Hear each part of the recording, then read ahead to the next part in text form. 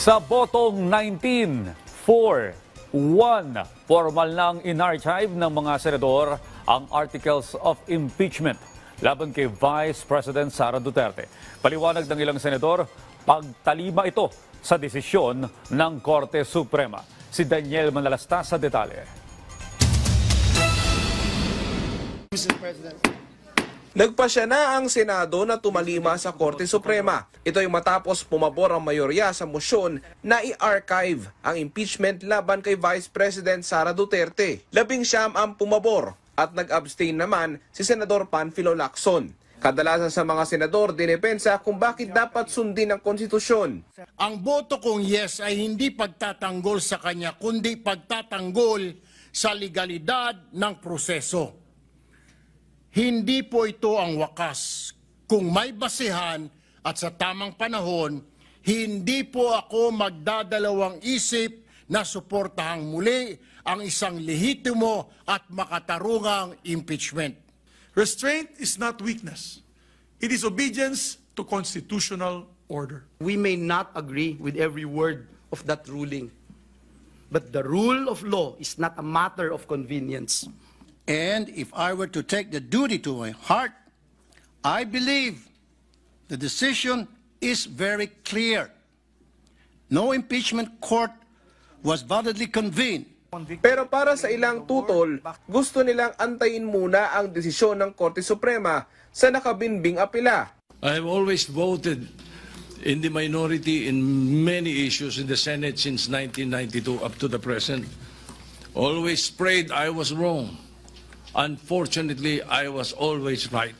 Pinasaringan naman ni Senate President Francis Escudero ang ilang eksperto, pati na ang ilang gustong baliwalain ang desisyon ng Korte Suprema na nagdedeklarang unconstitutional ang impeachment complaint laban kay VP Sara. Miyembro po ba sila ng Supreme Court?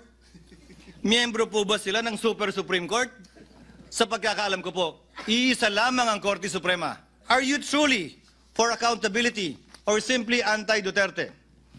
Do you truly respect and want to preserve the Constitution or you simply hate the Vice President?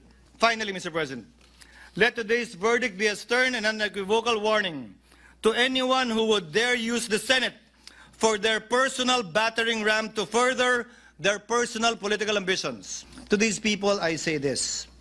The Senate is not your playground to run after your political enemies.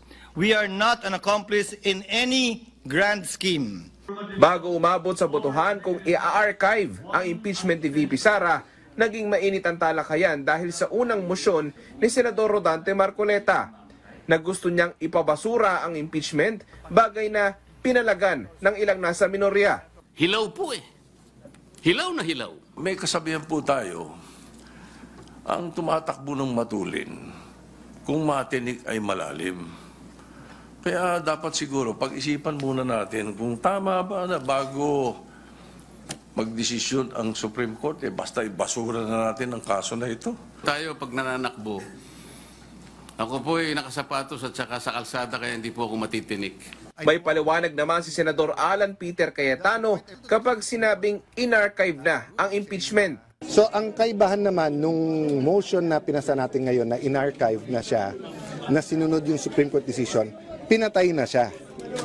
So kung ma-reconsider ng Supreme Court, pwede mong buhayin. Daniel Manalastas para sa Pambansang TV sa Bagong Pilipinas.